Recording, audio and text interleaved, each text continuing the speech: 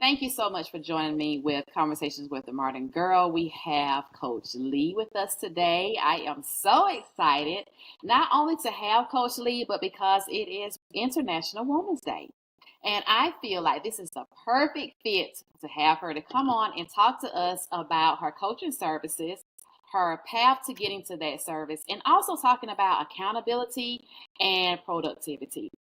I think those are some things that will help us fine tune some things in our lives. A lot of us have a lot of dreams, aspirations, and we find ourselves putting that on hold because we put everything and everyone in front of that. But if we can get things focused correctly, hold ourselves accountable, our productivity can increase and we can start our journey to live our best life. As my motto, live life out loud. That's what we are working on this year, and this is where we're going. So, welcome, Coach Lee. Thank you Coach for Lee. having me. I I'm am doing great. great. Great, wonderful. Could you just tell the listeners how about your background and then how you came into this coaching role, and what was your, objectives or thoughts or process of what it is you want to accomplish doing this? So I am Coach Lee, criminal defense attorney by day, productivity and accountability coach, like I like to say honestly throughout. I'm all about empowering women, especially those women in corporate, to find that hidden time in their day, time that they can use to pour back into themselves as they pursue their goals, their purpose, and their life passions while still maintaining their current responsibilities. Because, like you said, as women, this is International Women's Month. It's International Women's Day. Like, we play so many different roles in life that oftentimes we neglect ourselves when we put ourselves on the back burner in pursuit of all these other things and these other people. And excuse me, my journey here was honestly accidental. For years I used to do like health coaching, like through like Beachbody, like Insanity, P98, like those programs. And in the course of doing that, people were like, you're motivating, you're encouraging. I'm like, duh, I'm doing health coaching. They're like, no, like outside of that, like you should be a life coach. And I'm like, no. Funny. I used to say, I don't have time for that. Then the pandemic happened and Yeah, the world shut down, and thankfully I yeah, didn't lose my job, but we're also not doing criminal trials because we're not gathering people together. right. And so, we were sent home to work, and because we weren't doing trials, my job was pretty much like, we don't need you logged on from 8 to 5. We understand that people, lives are changing. Like, long as your work is done, do what you need to do. So for me, every day at about 12 o'clock, I'm like, well, I've done 8 hours of work because no one's distracted me. Like, okay, but there were so many books and puzzles and walks I can go on. I'm like, I need something else. And so those thoughts started coming back to me. And then I started looking it up. I made it halfway through like a coaching video because I'm like, if I'm going to do it, I'm going to do it right. Like, let me get some training on how to coach.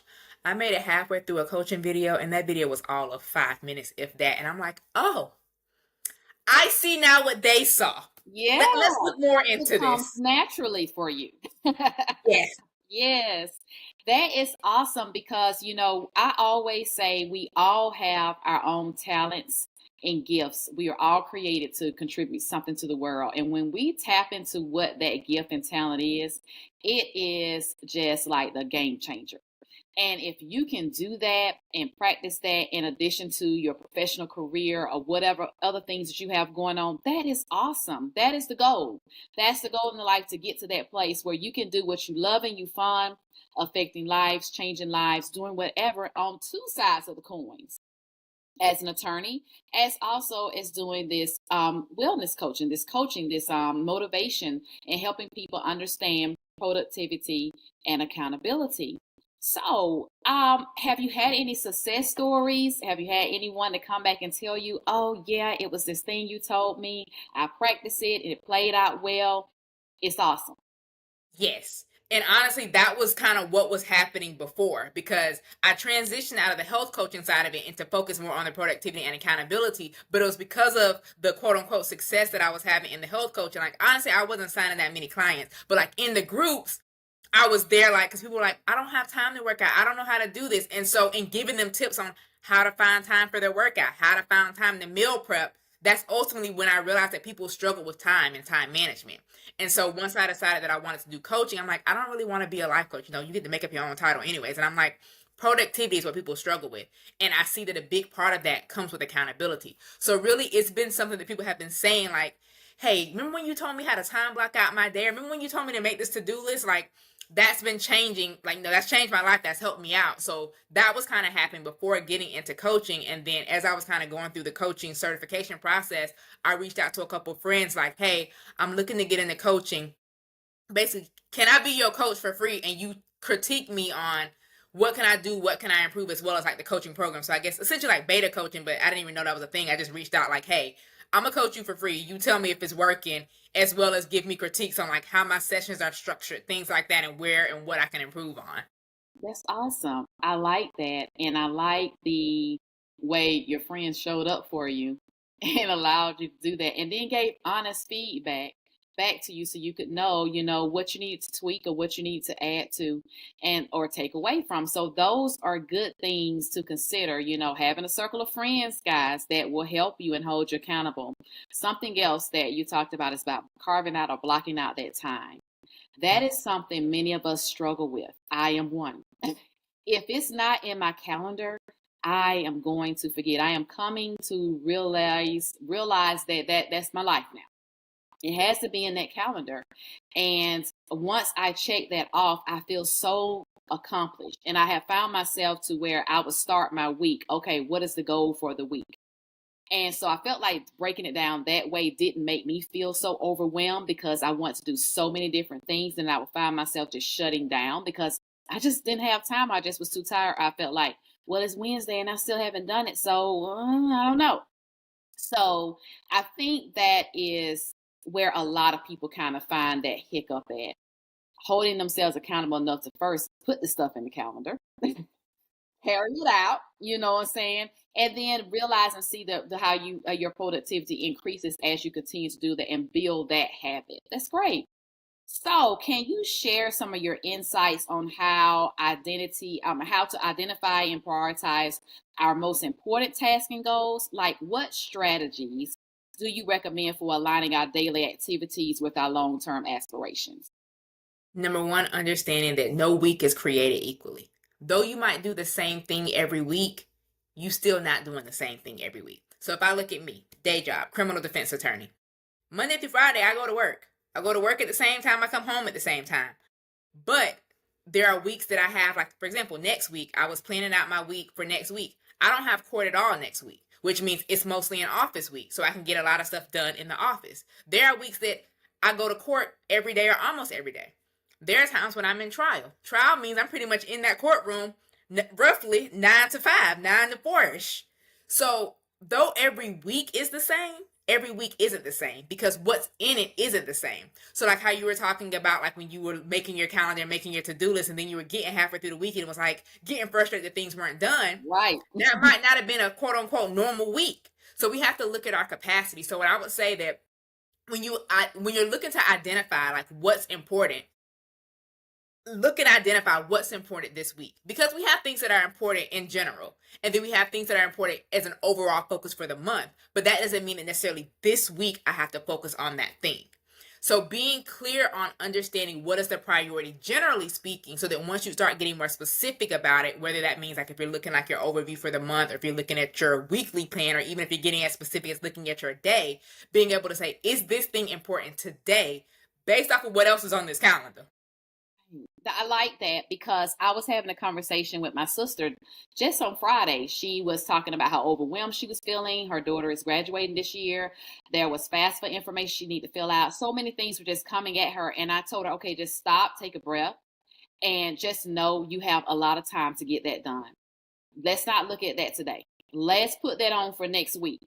And when you start to do it next week, make sure you, number one, eating. You're in a comfortable spot and you have it quiet where you can focus, do not disturb on your door at work, and do as much as you can. If you find yourself getting frustrated, close it out, save it, come back to it another time. So I like that how you break it down to no week is the same because we do have things that happen. I mean, we're in a world of uncertainty and there are many things that are happening and it will be a setback that we could easily use as a crutch to say, you know what? This happened. But if we go into that mindset of this is what's important to me, this is what I'm going to tackle this week at some point this week, and that's going to be a win for me.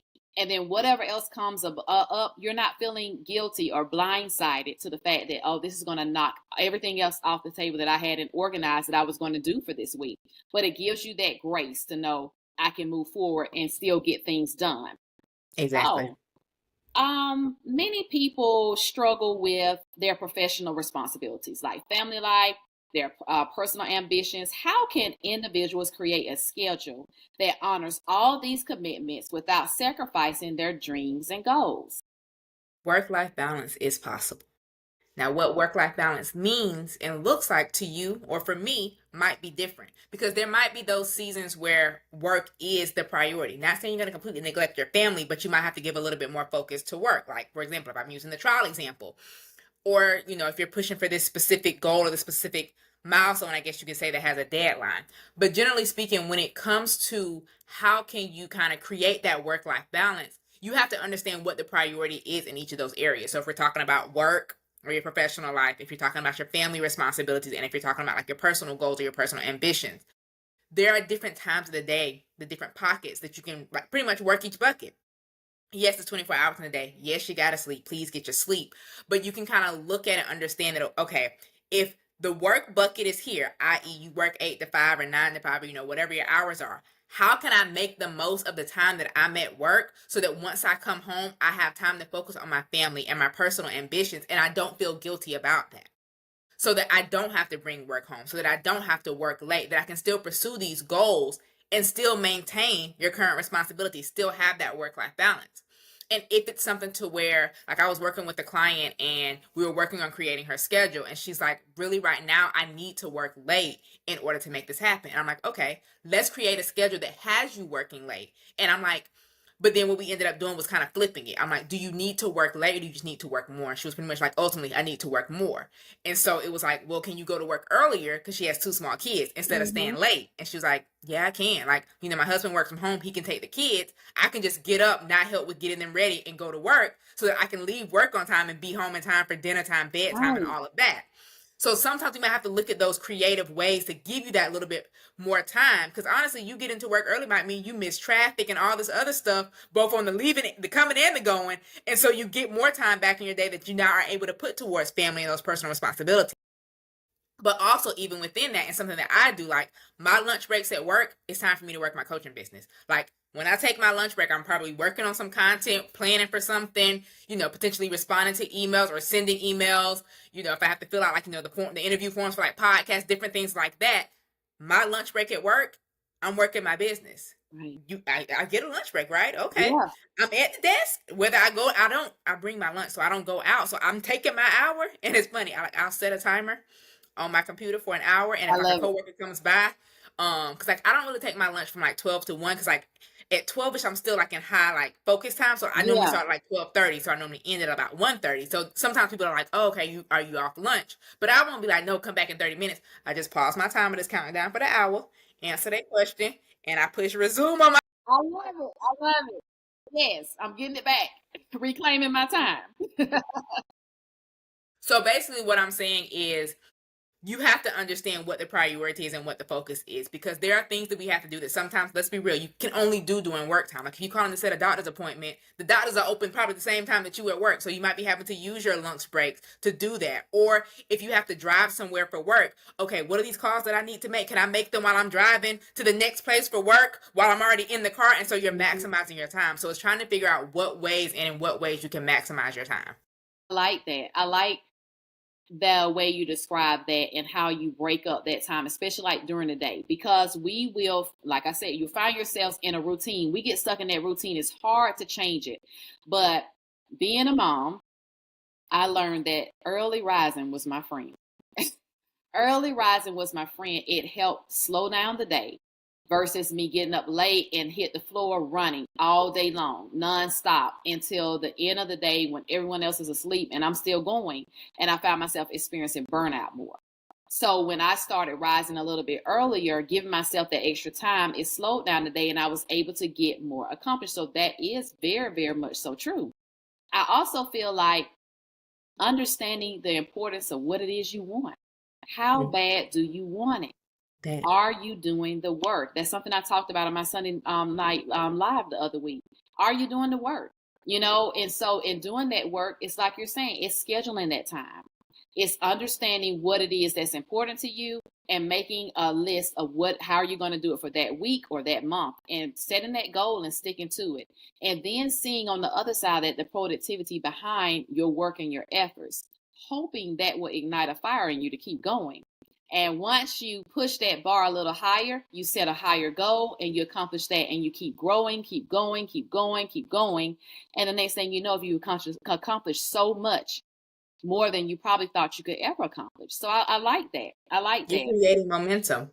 That's right. That's right. And I don't think people look at it like that, Coach Lee. I don't think they look at it like building this momentum. I think they look at it like stop, go, stop, go. You know, well, you want to think about a locomotive, how it starts off and then it picks up speed, and a running train is going. It's going. It's not slowing down. It takes a lot to make that train stop. And that's how we have to be when we're chasing after what it is that we want. Outside of building somebody else's dream at a corporation or organization, we got to think about those dreams and those things that we have within us that is just as important. And we got to find ways to make that happen. I like that. It is encouraging me. It's encouraging me to continue on this path of setting these goals each week and working diligently towards it, carving out time, and then rewarding myself for getting it accomplished. So I like that. I like that. So, could you, how can we cultivate a mindset that encourages persistence in pursuing our dreams despite the demands of everyday life? What role do you believe self discipline and motivation play in mastering time management? So first, when it comes to like cultivating that mindset, it is mindset is your belief system. And a thing that I like to say a lot is if you change your perspective, if you change your mindset, you'll change your life. That's right. Perspective is how you look at things. So if you can change the way that you're looking at it, whether that's productivity, procrastination, time management, the ability to pursue your goals, whatever it is, losing weight, eating healthy, like literally anything, if you change how you're looking at it, that means you're going to now change the way you think about it, which is the mindset aspect. So if we're talking about cultivating a mindset, we're talking about changing our thoughts essentially. And so when it comes to changing your mindset around your dreams, do you believe that you can actually hit the dreams that you're setting or hit the goals that you're setting, going after the dreams, pursuing those dreams? Because if you don't, then your life isn't going to change. So when we're talking about the everyday demands of your life, if you change your perspective, if you change the way you're looking at the goals that you're setting, your ability to pursue them, the work that it takes to get there, then you're going to change how you think about it, which means in changing how you think about it, ultimately your life is going to change. Hopefully and prayerfully for the better, because you're not pursuing those things. And so when it comes to like that self-discipline and that motivation, let's be real. You're not going to always be motivated to do something. Exactly. But that's where discipline comes in. Yes. That's where that determination comes in. You talked about like that momentum that we're building, like that locomotive. Like once you get a locomotive going, that's what I say, don't stop on the tracks, because that train ain't going to be able to stop in time to avoid you. That's right. But if we keep going with this stop, start mindset and mobility, how much harder is it after you stop doing something that you got consistent at to pick it back up? It gets rough. So if we stop trying to be motivated all the time and instead be disciplined and just decide and commit to it and be willing to be consistent, then at that point you'll build the discipline. Like when I first started working out, I was like, I don't like stretching, so I don't stretch. Then I started, because I knew I needed to, like incorporating stretching, and then I found a couple of stretches that I like, and I'm like, okay, I'm going to change the way I think about it. I like to stretch. Stretching is good for me. Stretching, it gets rid of some of that soreness, so I don't have that delayed onset muscles soreness the next day. So if we start changing it, and so now I'm to the point that if I don't work out for one day, so pretty much at this point in my life, I basically work out 7 days a week. Now that doesn't mean it's hardcore. It could be a walk or a run versus a lifting session, but I'm to the point that now if I don't work out every day, unless I'm traveling or something like that, I feel it. And I don't mean I feel like, oh, my body feels sore. It's just like I feel it in terms of my energy, because working out for me is part of like giving me energy and it's fueling me. So I think we have to stop looking for motivation and instead be willing to be disciplined and be determined. And like my phrase for this year is, I'm determined to stay committed.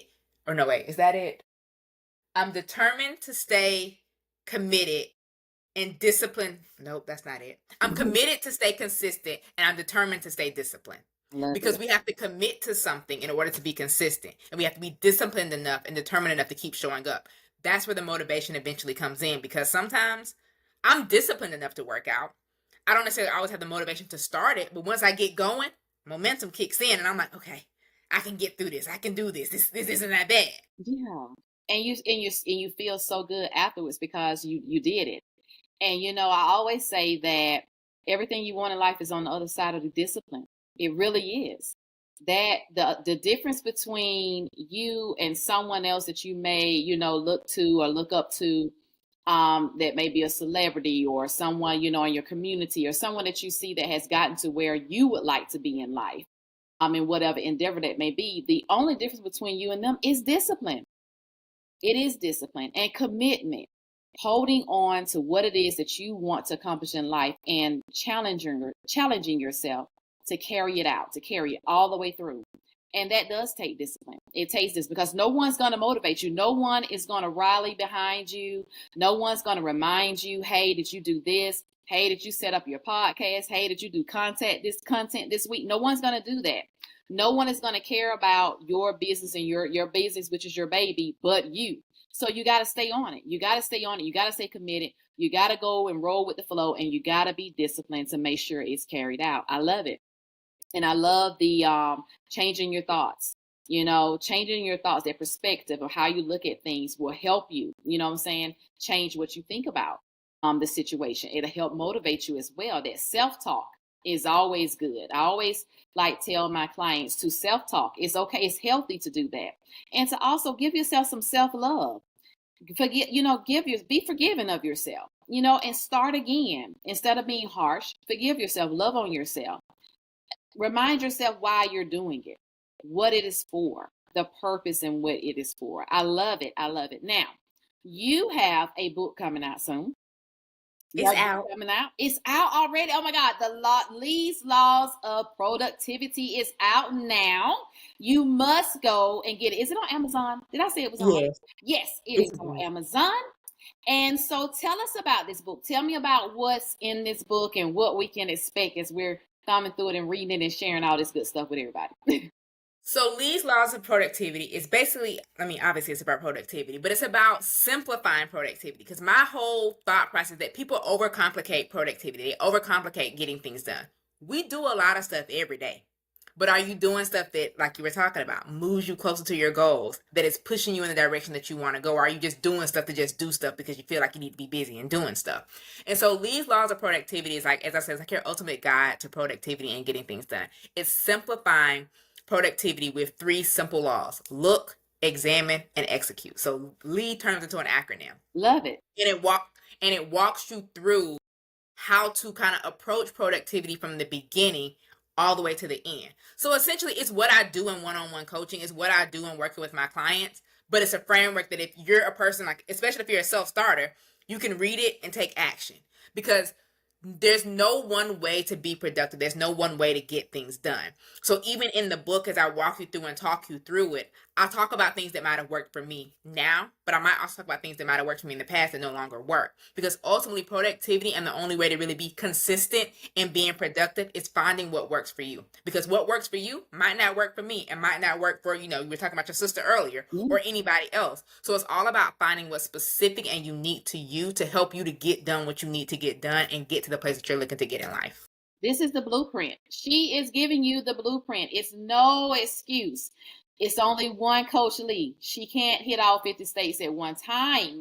So she has given you the tools to do it, to get it done, the blueprint to hold yourself accountable, have productivity, and to work diligently towards your goal. She's casting that net really wide with this book. So it is available on Amazon. You can go and get the book. Is it also on we can download it to Audible or anything like that yet? No, I got to figure out how to do the Audible version, because I want to read it. I don't want nobody else to read it. I So I have know. to figure out how to do Audible. It's on my to-do list, but it's kind of at the bottom. I need to put it back at the top. But that's okay. We can read it and we can see it for ourselves, and we can apply it, and we can tell a friend to tell a friend to tell a friend about Coach Lee, the wonderful work that she is doing. I applaud you. I admire you. Thank you so much for your time. Is there anything that's coming up that you would like to share with the listeners, that they can participate in or check out or be on the lookout for you in? At the end of this month, March 29th, not sure exactly when this drops, I'm going to be doing a master class called Master Your Mornings. We were talking all about like getting yourself together, getting your schedule together. And because it's International Women's One, I want to make sure that I'm teaching and showing you how to like master your mornings, because how you start your day can very easily set the tone for your day. Yes, I'm not saying you can't change your thoughts like we talked about, but oftentimes the way we start our day, if you're running behind, if you're late, if you're Yeah. distracted, if you're X, Y, and Z, that flows throughout your day. So Master Your Mornings is it's going to be a free masterclass. And basically we're going to walk through how you can create and define what your morning routine will look like that's going to help you to set the tone for your day. Okay, you heard it here on Conversation with the Modern Girl.